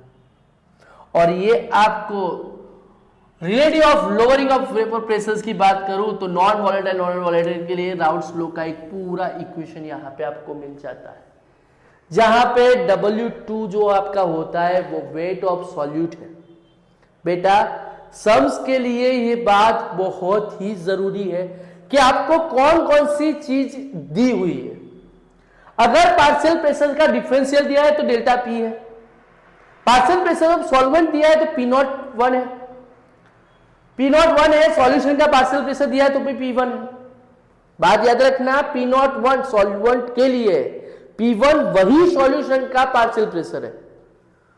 N2 N1 है आपके पास, N2 माने W2 upon M2 weight of solute, molecular mass of solute, N1 wait of solvent, molecular mass of solvent. तो दिमाग में आप एक बात क्लियर कर दीजिए कि एक बार आपको पता चल गया कौन कौन सी वैल्यू है तो आप इजीली सम्स को सॉल्व कर सकते हो।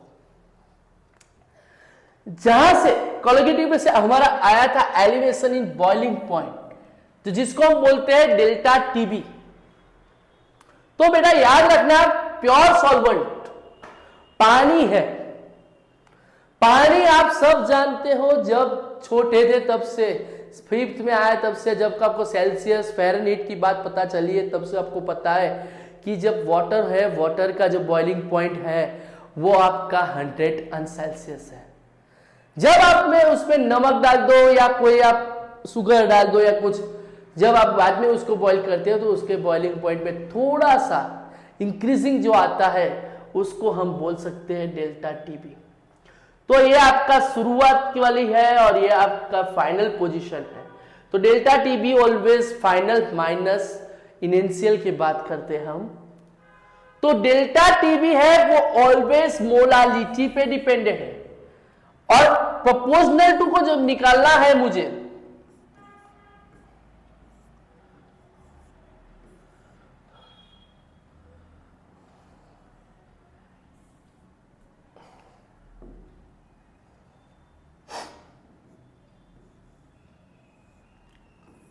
M, ये प्रोपोर्शनल रूल को निकालना है तो मुझे कोई कांस्टेंट चाहिए, तो मैंने ले लिया है KB। KB जो है वो मेरा बॉइलिंग पॉइंट का कांस्टेंट है, जिसको मैं मोलल में लूंगा। किस में लूंगा? Molal, small m। याद है कि नहीं आपको? वो इक्वेशन ऑफ कॉपिक्स में कांस्टेंट होगा, डिपेंड्स ओनली सॉल्वेंट पे होगा। ये बात आप दिमाग में फिट कर लेना, डिपेंड्स ओनली ऑन सॉल्वेंट पे ही होगा। तो अगर आपको ये बेसिक केबी को फाइंड करना है तो आप R gas constant, delta TB square gases के लिए, एम आयोनाइजेशन एंथैल्पी वेपराइजेशन के लिए, गैस के लिए बात कर रहा हूं ये, और ये आपका हो जाएगा 1000। वैसे ही आपके पास है differential of freezing point delta TF. बच्चों जब आप गांव में जाते हो, शादियां बहुत आपने देखी होगी, तो जब समर के अंदर आप आइस की बात करूं तो आइस समर के अंदर बहुत जल्दी से पिघल रहा है। अगर आप उसको जल्दी से ना पिघले उसके लिए आप क्या करोगे? तो बहुत सारे क्वेश्चंस आएंगे आपके दिमाग में, पर मैं आंसर दे देता हूं। उसमें थोड़ा सा नमक डाल दीजिए, तो जो उसके पिघलने की जो क्षमता है वो बहुत ही कम हो जाएगी। मींस उसके जो फ्रीजिंग पॉइंट है उसमें क्या आया? डिक्रीजिंग आया, जिसके लिए हमने बोला डिस्प्रेशन इन फ्रीजिंग पॉइंट। तो ये आपका प्योर सॉल्वेंट माने आइस हो गया। आपने उसमें नमक डाल दिया, कोई भी चीज आप सॉल्ट ऐड कर सकते हो, तो ये आपका हो गया सॉल्यूशन। तो प्योर वाले को टीएफ बोल दिया, नॉट वाले को टीवीएफ बोल दिया मैंने, टी नॉट एफ। तो ये भी आपकी मोलारिटी प्रोपोर्शनल टू हो जाएगा। तो इसका भी एक कांस्टेंट है केएफ। याद रखना, फिर से मैं बात कर रहा हूं केएफ, तो वो है cryoscopic of constants molar freezing point, depend only constants हो जाएगा। ये ओनली सॉल्वेंट पे ही है। गैस की बात करूं तो यहां पे जो टीबी स्क्वायर था टीएफ स्क्वायर हो जाएगा, यहां पे फ्यूजन, वेपराइजेशन नहीं है। ये जो आयोनाइजेशन एंथैल्पी लेनी है आपको, फ्यूजन्स की लेना है, फ्यूजन्स की लेनी है, और यहां पे आपको लेनी है वेपराइजेशन आपको लेनी है।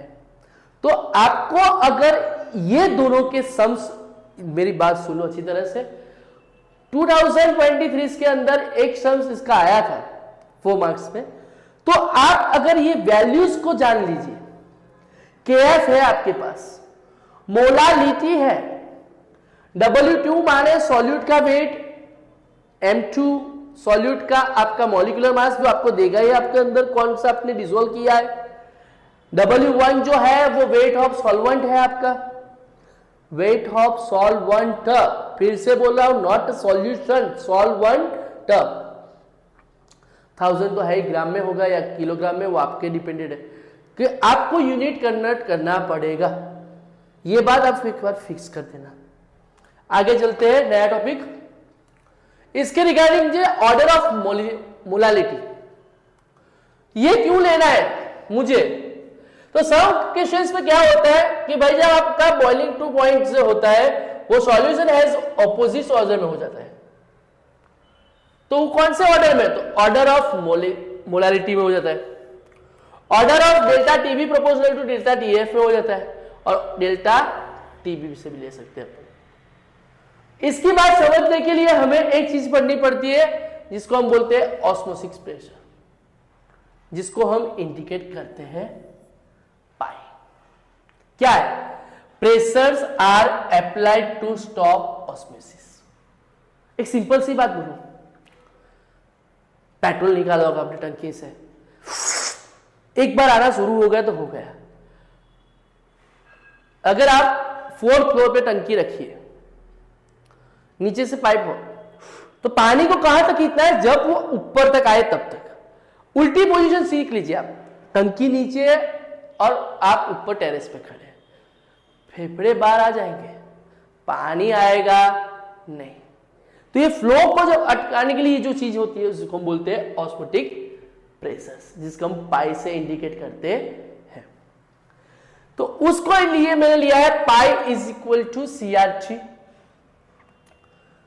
कॉन्सेंट्रेशन है तो मैंने ले लिया N2 और V। N2 भी आया तो मेरे पास आ गया W2M2, V तो मेरे पास है ही। R माने gas constant, T sorry T माने टेम्परेचर। ज्यादातर आपके यहां जब पुरानी बुक थी बेटा, R की वैल्यू STP से 5 वैल्यू मिलती थी, पर आपके 12th के अंदर R की वैल्यू 8.314 समथिंग है। ऑस्मोसिस की बात करूं तो flow of solvent particles only through semi membranes में से जब किसकी बात कर रहा हूं? सॉल्वेंट के ही पार्टिकल्स की बात कर रहा हूं। No movement of solute particles, याद रखने के लिए रखा है मैंने। ऑस्मोसिस के अंदर किसके पार्टिकल्स मूवमेंट नहीं करते? सॉल्यूट। बोलिए भाई, solute. Flow of solvent particles only through semi membranes.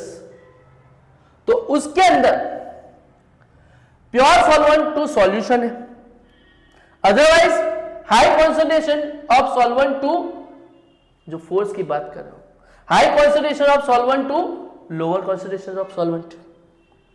Lower concentration solvent, sorry, lower concentration of solute to कहां चला जाएगा? सॉल्यूट पे हो जाएगा, हाई कॉन्सेंट्रेशन पे। याद रखना, लोअर ऑस्मोटिक प्रेशर्स टू, ये बहुत ही इंपॉर्टेंट है आपके, ये बात याद रखना। Lower osmotic pressures to higher osmotic pressures, osmosis के लिए ये बात बहुत जरूरी। Lower pressures to higher pressure, जब उसको पहचानने की बात आती है, ये टॉपिक्स बहुत ही कंफ्यूज होता है। क्यों? कि ऑस्मोटिक प्रेशर्स ऑफ मिक्सर की बात है, मिक्सचर बोल रहा हूं, नॉट अ सॉल्यूशन। अब आ गया मिक्सचर, 2 या 3 या 4 सॉल्ट एक ही सॉल्वेंट के अंदर डिसॉल्व हो जाता है मिक्सचर। तो दो चीज अगर हम ले तो π1 V1 π2 V2, दोनों का वॉल्यूम जो है वो डिवाइड बाय टोटल में ले लिया मैंने। वहां पे भी मैंने लिया था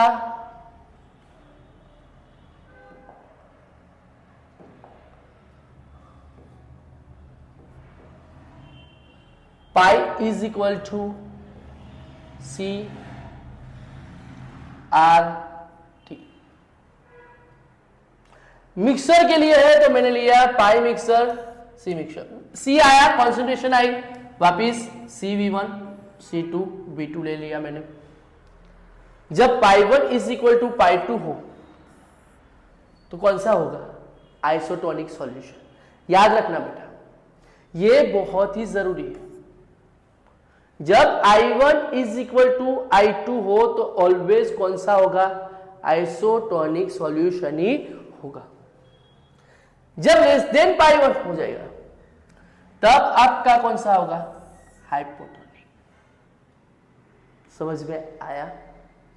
पाई की वैल्यू बहुत ही इंपॉर्टेंट है। इज इक्वल टू हुआ तो आइसोटोनिक, लेस देन पाई 1 2 हुआ तो कौन सा हो जाएगा? हाइपोटोनिक। पाई 1 क्या है आपके लिए? Hypotonic, hyper. और पाई 2 क्या है आपके लिए? क्या है? हाइपोटोनिक।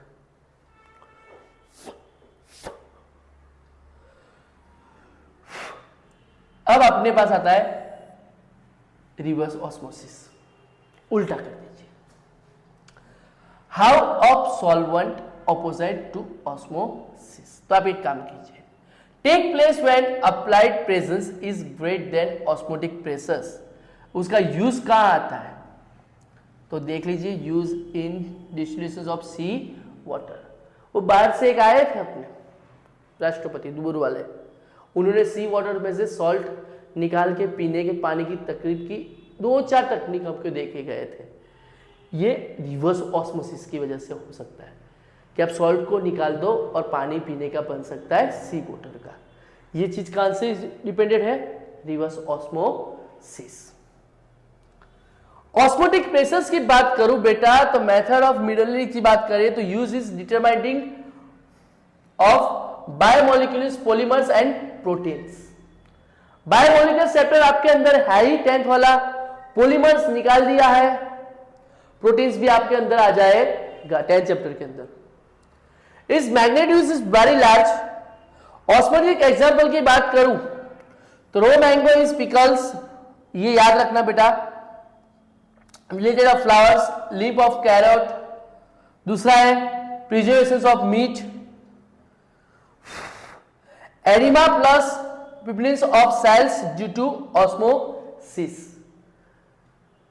ये आपके लिए जो है वो MCQs के लिए है। आगे चलते हैं। बहुत ही मोस्ट इंपोर्टेंट टॉपिक, डिसएसोसिएट और एसोसिएट वाला पेंटॉप फैक्टर। क्या है ये? उसको इंडिकेट करते ऐसे, जब I इज इक्वल टू 1 होता है तब आप याद रखना नॉन इलेक्ट्रोलाइट से अप्लाइड फॉर इलेक्ट्रोलाइटिंग। वो वाली मत बात सुनना कि इजीली जो पास का करंट हो उसको इलेक्ट्रोलाइट बोलते हैं जो डालने से, वो वाली बात नहीं है। यहाँ पे आयोनाइजेशन वाली बात है, पोलर और नॉन पोलर वाली की बात है। स्ट्रॉन्ग इलेक्ट्रोलाइट और वीक, जिसको डालने से वो डीएसोसिएट और एसोसिएट इजीली हो जाए उसको हम क्या बोलते हैं? Strong associate. जिस सॉल्ट को डालने से वो एसोसिएट और डीएसोसिएट लेस देन 100% होता है उसको हम क्या बोलते हैं? Weak electrolytes. Degree of dissociation और एसोसिएशन की बात करूं तो अल्फा इज इक्वल टू या तो 1 होता है, यहां पे क्या होता है? इज इक्वल टू 1 कभी भी होता नहीं है। जब dissociation alpha is equal to 1 हो तो I is equal to n हो। n माने नंबर ऑफ पार्टिकल्स डिसएसोसिएटेड है, और एसोसिएशन हो तो I 1 अपॉन क्या हो जाएगा? n। जब ये इज नॉट इक्वल टू 1 हो तब इक्वेशन चेंज हो जाता है। ये बात बेटा याद रखना, ये टॉपिक के अंदर अगर ये बात आपने याद रख दी कि अल्फा इज इक्वल टू 1 और इज नॉट इक्वल टू 1, तब ही आपके ये टॉपिक क्लियर हो गए। स्ट्रॉन्ग के लिए जब इलेक्ट्रोलाइटिक की बात करते हैं, NaCl है, KCl है, ये स्ट्रॉन्ग इलेक्ट्रोलाइटिक है। जब ऐसे आपके अंदर जब आते हैं सम्स कैलकुलेशन के अंदर, तब आप अल्फा इज इक्वल टू 1 हो तो आप ये डिसएसोसिएट वर्ड्स आए तो I is equal to n देखना। एसोसिएट जुड़ने वाली बात हो तब याद रखना I is equal to 1 upon n है। n फिर से बोल रहा हूं, नंबर ऑफ पार्टिकल्स एसोसिएट के जो है उसकी बात कर रहा हूं मैं। इज नॉट इक्वल टू 1 हो तो थोड़ा सा इक्वेशन चेंज हो रहा है। I 1 plus n minus 1 alpha, वो क्या है आपका? फ्रैक्शन। अल्फा माने क्या है? फ्रैक्शन। n तो आपको पता ही है, डिसएसोसिएट के लिए है पार्टिकल्स जो आपके वही है। ये n माइनस 1 है तो वो चला जाएगा आपका 1 अपॉन n हो जाएगा, तो वो हो जाएगा वापिस कौन सा? एसोसिएट। याद रखना, मैं फिर से बोल रहा हूं, डिसएसोसिएट के लिए n में होगा और वो डिवाइड बाय में चला जाएगा।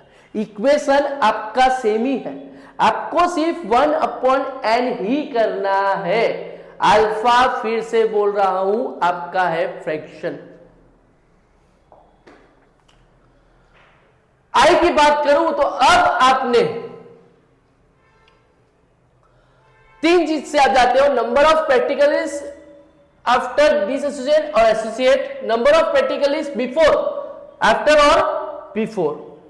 बाद में है नॉर्मल मोलर मास और दूसरा है एबनॉर्मल मोलर मास। चाहे आपने पानी का स्रोत जो होता है, अपने कुएं से मिला हुआ पानी और अपने प्रैक्टिकल से बनाया हुआ पानी, दोनों की वेट की बात करें, ऐसी बात होती है।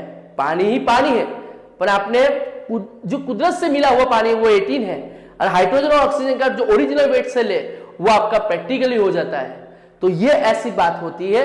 इसके लिए आप बोल सकते हो नॉर्मल मोलर मास और एबनॉर्मल मोलर मास।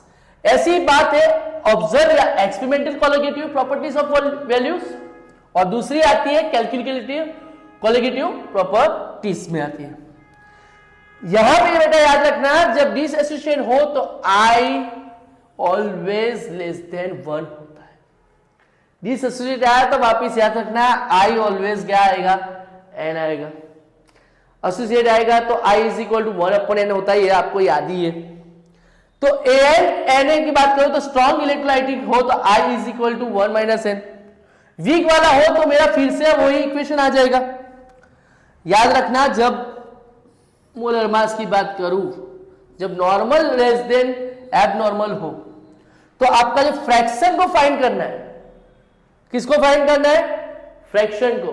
तो आपने आगे ही वैल्यू देखी हुई है, यहां पे ये रही वैल्यू, तो ये वैल्यू से आप जा सकते हैं। यहां पे डायरेक्टली ये रहा, अल्फा फाइंड करना है तो इस तरफ चला जाएगा तो क्या हो जाएगा?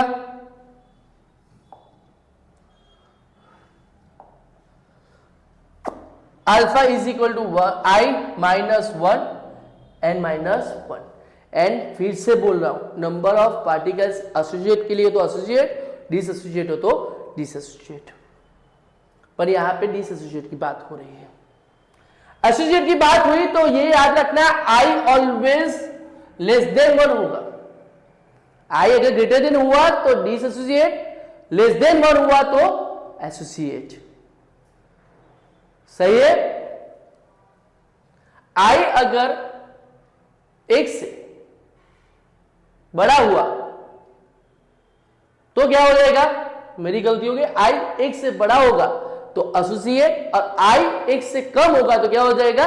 थोड़ी जल्दबाजी में ऐसा हो गया है, I अगर 1 से कम हुआ तो डिसएसोसिएट हो जाएगा। तो Na ले लीजिए, पहले मैंने लिखा था An, अब उल्टा कर दीजिए Na। तो स्ट्रॉन्ग इलेक्ट्रोलाइटिक को वापिस आ गया, डिसएसोसिएट हो तो 1 अपॉन n हो जाएगा। अल्फा को फाइंड करना है तो फिर से आपकी अल्फा को करो तो इसको उठा के यहां पे ले आओगे आप। तो याद रखना, अल्फा माने फिर से बोल रहा हूं फ्रैक्शन, बार बार आपको याद करा रहा हूं। पोलर है बेंजोइक एसिड अपना। इन वाटर की बात करो तो डिसएसोसिएट में क्या होगा? I क्या हो जाएगा? 1 से बड़ा हो जाएगा। बेंजोइक एसिड इन बेंजीन होगा, नॉन पोलर के अंदर होगा, पोलर और नॉन पोलर की बात हुई तो I एक से क्या हो जाएगा, छोटा हो जाएगा, तो ये एसोसिएशन में आ जाएगा। समझ में आया? तो ऐसे ही आपके टॉपिक्स में रिवीजन करवाते रहूंगा फास्टेस्ट आपके लिए। अब बात आती है जो आपने volatile routes low, non volatile this freezing point, boiling freezing points, freezing point है, बॉइलिंग पॉइंट वाला जो TF और डेल्टा TB है, डेल्टा TF है, उसके लिए हम ये फैक्टर्स को कैसे यूज कर सकते हैं ये यहां पे देखना है। फॉर इलेक्ट्रोलाइटिस की बात करूं तो ये मेरा नॉन वॉलेटाइल वाला राउट्स लॉ आ गया, इज इक्वल टू मैंने क्या कर दिया, X2 था उसकी जगह मैंने कर दिया IX2, वेंट ऑफ फैक्टर मैंने ऐड कर दिया। ये डेल्टा TB बॉइलिंग पॉइंट वाला आ गया अपना, ये फ्रीजिंग पॉइंट वाला आ गया। हमने यहां प्रोपोर्शनल टू M किया था, मैंने वन ऑफ वाला यहां पे ऐड कर दिया। समझ में आया कि नहीं? कोई नई बात है नहीं। पाए आ गया अपना ऑस्मोटिक वाला, इसमें CRT मैंने लिखा था, मिक्सर के लिए भी था, सिर्फ मैंने यहां पे क्या सब में ऐड कर दिया I।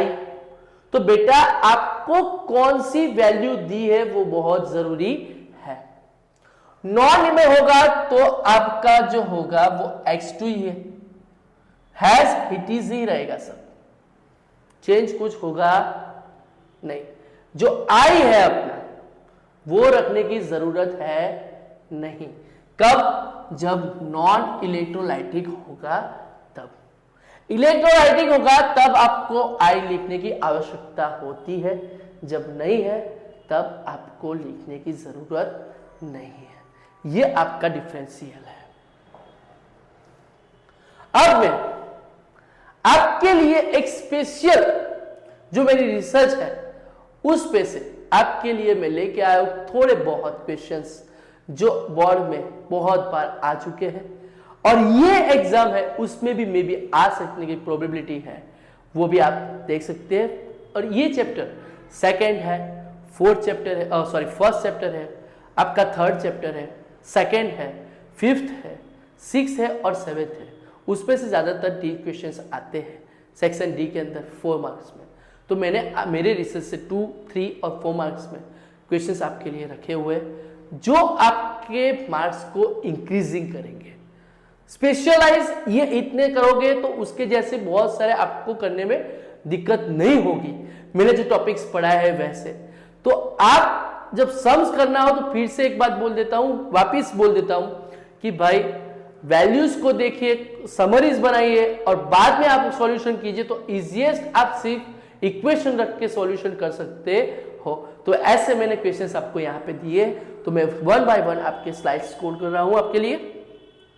ये जो बोर्ड के एमसीक्यूज है वो आपके मार्क्स को अगर इंक्रीजिंग करना है आपको कि बोर्ड के एमसीक्यूज कहां से आते हैं वो सब लोग पूछते हैं मुझे, तो भाई आपके पास बहुत सारे मटेरियल्स हैं, दर्पण है बहुत सारे, मैंने एक दर्पण का एक आपको पेज दिया हुआ है, पर आप जब टॉपिक क्लियर होगा तो आपको कभी भी कोई भी सॉल्यूशन करने में दिक्कत नहीं होगी। तो मैं आपको समझाने के लिए बहुत सारे दिए हुए हैं यहाँ पे जो आप देख सकते हो। एक पूरा मैंने जो आ गए हैं वो उसका ही मैंने लिस्ट रखा हुआ है, आप चेक कर सकते हो। जो मैंने देने की बात की थी आपके लिए gift, the most IMP question asked in board exam, जो पूछे गए नहीं मेरी रिसर्च से मैंने आपको दिए कि भाई ये आने वाली एग्जाम की प्रोबेबिलिटी बोल रहा हूं मैं, फिर से ध्यान रखना ये आएंगे ऐसा नहीं बोल रहा हूं, ऐसे ही क्वेश्चंस आ सकते हैं जो मेरे है उसकी बात कर रहा हूं। तो ये है आपके लिए क्वेश्चंस इन 2 मार्क्स में है, ये 3 मार्क्स में ऑस्मोटिक्स मैंने अभी आपको सिखाया, वो मोलालिटी आ सकता है, मोलारिटी आ सकता है, mass, mole fractions, derivative equation, Raoult's of vapour of liquid solution given conclusions भी आ सकता है उसका।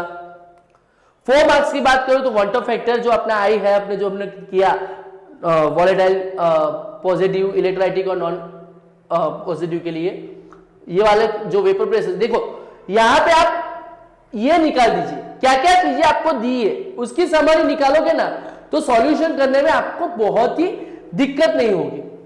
ये देखो वैल्यू, टेम्परेचर की जरूरत है ही नहीं मुझे, आपको गुमराह करने के लिए है, ठीक है। तो आपको ये बातें सब ठीक लगे तो आप समझना और सॉल्यूशन करना है इसका। ये 4 मार्क्स के बहुत ही बार पूछ चुके हैं और इस बार भी आने की प्रोबेबिलिटी बोल रहा हूं। देख लीजिए एक बार अच्छी तरह से, आपके एग्जाम के जो एक्सरसाइज है और इलिस्ट्रेशन है उसमें आपको दिए हुए 1.5 है, 1.9 है, 1.12 है और 1.13 है। ये इलिस्ट्रेशंस आप कर ही लेना क्योंकि वो बार बार पूछे गए हैं इसकी वजह से, और आपको प्रैक्टिस भी हो जाएगी। एक्सरसाइज में 1.28 है, 29 है, 31 है, 32 है, ये है। और मैंने आपको बोला था कि आपकी समरी जल्दी से खत्म हो जाए आपका फास्ट रिवीजन हो, कैसे आप नीट और गुजकेट में स्कोर कर पाए। तो मैं आपके लिए 2-4 क्वेश्चंस जो है वो सॉल्यूशन के तौर पे आपके लिए लेके आया हूं, जो बार बार पूछे गए बहुत सारी एग्जाम्स में नीट के अंदर 2020 से 2024 तक। ऐसे में 4-5 क्वेश्चंस आपको सॉल्व करवा देता हूं जिसको आपको कोई दिक्कत ना हो और आपका रिवीजन टाइम बच जाए और आपको बार बार कॉन्फिडेंस आए और चैप्टर रिवाइज करने में मजा आए, ऐसा मैं आपके लिए लेके आया हूं। तो सबसे पहले हम आपके लिए लेके आया हूं मैं PYQ फॉर नीट गुजकेट के लिए। तो बेटा यहां पे सबसे पहला जो मेरा क्वेश्चंस है वो है the amount of glucose required to prepare 200 ml। मेरे पास यहां पे 250 ml आ गया मेरा, मोलारिटी मुझे दी हुई है।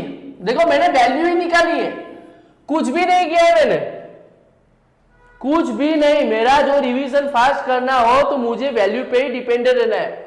The amount of glucose required to prepare 250 ml कौन है मुझे कुछ पता नहीं है, किसमें डिसॉल्व करना है वो भी मुझे दिया नहीं है, पर मुझे पता है कि अपना जो पानी है वो यूनिवर्सल सॉल्वेंट है अपना, पोलर के लिए।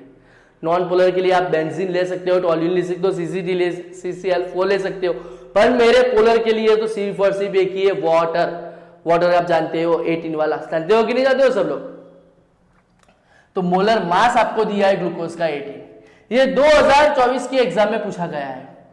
तो मैं तो ऐसे करूं तो मुझे तो पता ही है आंसर, तो मैं आपको सॉल्यूशन दे रहा हूं कि बेटा आप मोलारिटी जानते हो, तो मोलारिटी का इक्वेशन जो है, मोलारिटी का इक्वेशन है N is equal to number of mole solute divide by litre में सॉल्यूशन लिया था, नंबर ऑफ मोल था, तो ये मेरे पास क्या आएगा, W2 आ जाएगा। ml है ना मेरे पास, ml है तो मैं किस में कर दूंगा उसको कन्वर्ट, ml में। M2 मेरे पास है 180, M2 कितना है मेरे पास 180, वॉल्यूम मुझे दिया हुआ है, कितना दिया हुआ है, तो मुझे फाइंड क्या करना है, तो सिंपली मुझे पता चल गया, मुझे फाइंड करना है W2। क्या करना है मुझे यहां पे, W2 को फाइंड करना है, तो मैं उसको इक्वेशन में बनाऊंगा, तो W2 is equal to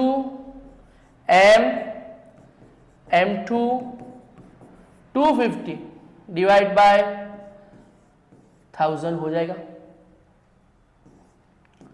M की वैल्यू क्या है, M/20 दिया हुआ है आपको, बोलिए। तो आपके पास सीधी वैल्यू हो जाएगी 180 डिवाइड बाय 250 20/1000। ये पूरा कैलकुलेशन जब आप करोगे तब आपकी वैल्यू सीधी हो जाएगी 2.25 ग्राम, क्योंकि 18 को जब इससे मल्टीप्लाइड करोगे तो 9 आएगा, तो सीधा आपका दोनों का इक्वेशन करोगे तो आपका आंसर क्या आएगा 2.25 ग्राम। बेटा फिर से बोल रहा हूं, आपको जब भी टाइम बचाना हो तो क्या चीज दी हुई है उस पर कॉन्सेंट्रेशन कीजिए और क्या बनाना है वो दीजिए। जो टॉपिक पे कैसे आते हैं, तो यहां पे क्या है, the Henry's law constant KH value of 3 gases दिया मुझे, 3 गैसेस बोले मेरे पास। सबसे पहले मैंने बोला ABC इन वाटर, डिजोल्व किसमें करना है, वाटर। एक का पैसे दिया 145, दूसरे की वैल्यू है 2 × 10⁻10 5, तीसरे की वैल्यू दी है मुझे बार में दी है, याद आया, बार और ATM, नॉर्मल और सुपर वाला। तो रिस्पेक्टली द सॉल्युबिलिटी ऑफ, फिर से बोल रहा हूं, सॉल्युबिलिटी आया बार और ATM वाला, स्टैंडर्ड और नॉर्मल, याद आया ना टॉपिक, स्टैंडर्ड और नॉर्मल, नॉर्मल वाला है इसलिए मैंने बार में लिया है, और स्टैंडर्ड वाला आता तो किसमें लेता, मैं ATM में लेता। तो सॉल्युबिलिटी की बात जब आती है तो मुझे पता चलता है, मेरे को तो आंसर पता ही है, तो मुझे जब पता चलता है कि KH की वैल्यू, किसकी वैल्यू, KH की वैल्यू, जब KH की वैल्यू डिक्रीजिंग होती है तब जो सॉल्युबिलिटी आपकी होती है वो वाटर के अंदर क्या होती है, मोर हो जाती है। KH की वैल्यू जब क्या होती है, डिक्रीज होती है, तब आपकी सॉल्युबिलिटी किसमें, वाटर के अंदर क्या हो जाती है, मोर हो जाती है।